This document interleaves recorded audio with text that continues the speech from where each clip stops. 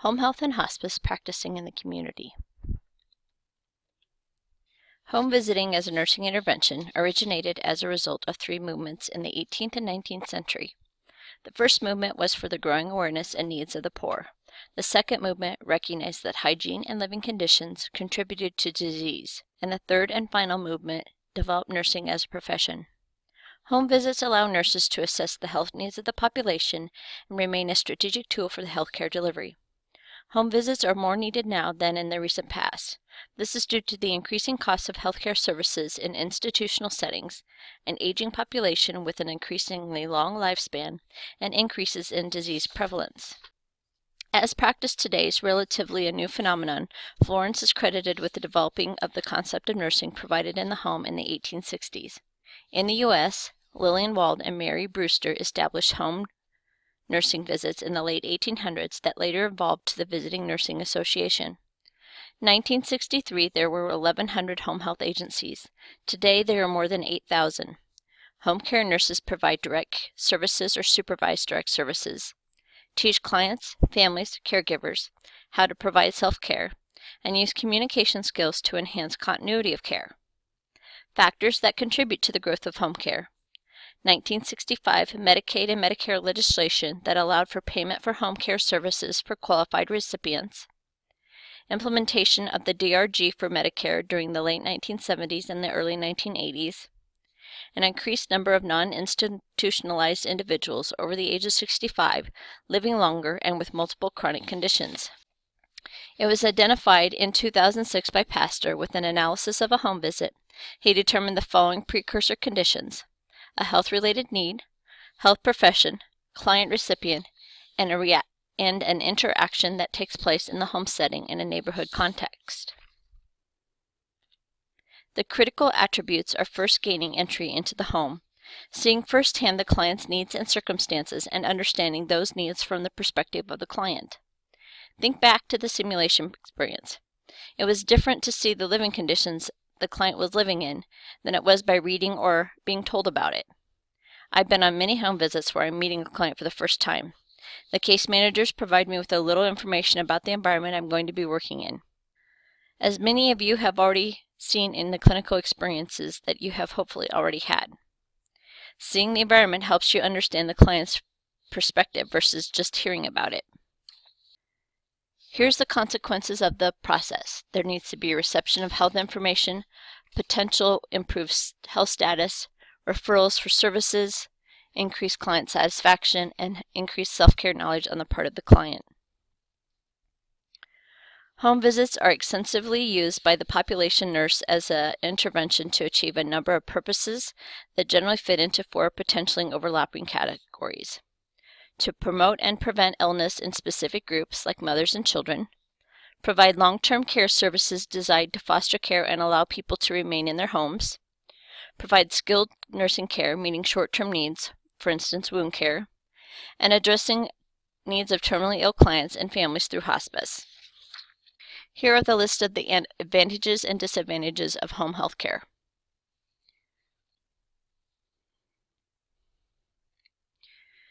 The goal of home health care is to provide services to individuals and families to promote, maintain, and restore health. This is achieved through short-term, intermittent, direct nursing care made through home visits. Majority of clients are older than 65, recently discharged from acute care, and have diagnosis related to circulatory system issues. This includes providing direct services or supervising to those to assist with ADLs, teaching the clients and the family how to provide self-care, and to use the communication skills to enhance community care. Also keep in mind a majority of the clients can also be those that have chronic conditions, as in a quadriplegic, paraplegic, or someone with MS. Be aware of what the client's home is.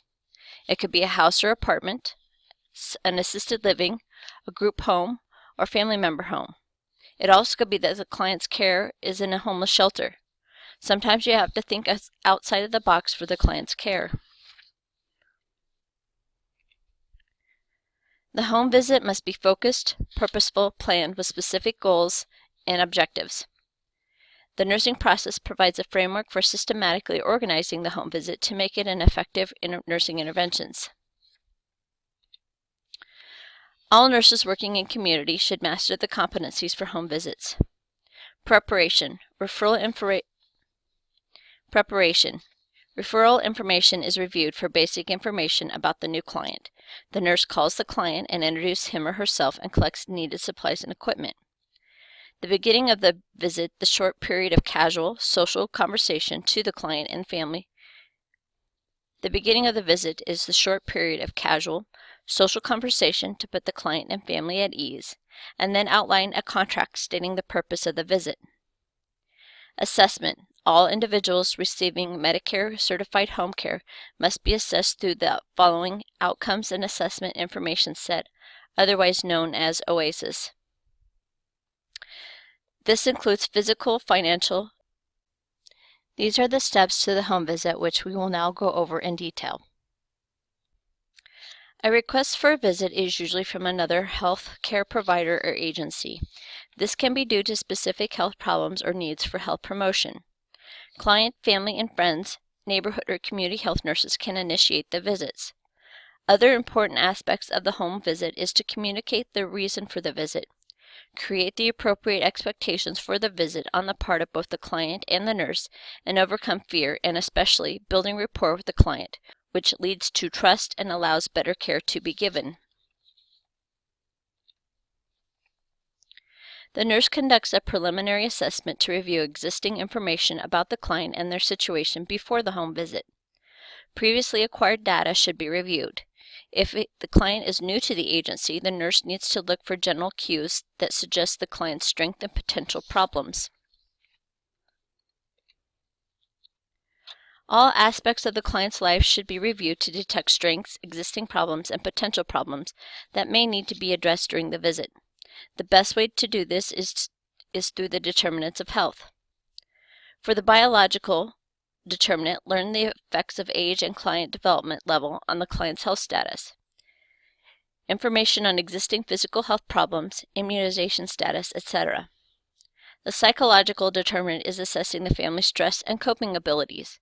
And then the environmental determinants is any information about the home environment. Home safety needs based upon the client and family members' ages, health status, and function abilities. The social cultural determinant is assessing the client's or family economic status, interactions with the outside world, and occupational or employment considerations. Also to be considered is the cultural or religious factors, social support system, and how the client family interacts. Behavioral determinants focus on the client and even family behaviors. These are consumption patterns and nutritional needs based upon the age or health status, substance use and abuse, and safety and other health-related practices. To assess the health system determinant, it's the effects of the health system on the client. What is the source of payment for the home health service? Does the client have access to other health promotion and health restoration services? Are these services effectively utilized by the client? Examine data collected about the client, formulate hypotheses, evaluate the hypotheses at visits, and give directions and planning interventions. Problem focus has to have evidence of being a problem for the client. Review previous interventions, the efficacy of the interventions, possibly eliminate those that have been unsuccessful. Identify interventions that did work. Prioritize client needs based upon the potential threats to the client's health, the degree to which they cause a concern for the client, ease of solution. Keep in mind that it will take more than one visit to meet the goals. Develop goals and objectives. The goals are stated expectations. Objectives are more specific. They reflect the level of healthcare needed, primary, secondary, or tertiary. Consider acceptance and timing. The client's readiness to accept interventions. Is there fear involved with the visit? Does the visit interfere with other activities important to the client? Try pre-scheduling or rescheduling a visit. Identify appropriate nursing interventions, planning specific nursing activities for each nursing diagnosis to be addressed. Based on effectiveness, evidence, and incorporate practice guidelines. Plan to reflect the nurse's assessment of healthcare needs and the factors contributing to them. Focus on both health promotion and resolution of health-related problems. Specific interventions might be referrals, education, and technical procedures. Interventions should be directed toward achieving the goal and objectives established while considering things that would restrict or support the client's situation. Obtain necessary materials, teaching materials, catheterizations, injections, blood, pressure checks, dressing changes, etc. Plan for the evaluation, which is derived from the outcome objectives, short-term and long-term evaluation criteria. Short-term is based upon the client's response to the intervention. Long-term is the outcome evaluation addressed at the level of the healthcare involved in the nursing intervention. Resolution measures focus on the degree to which an existing problem has been resolved.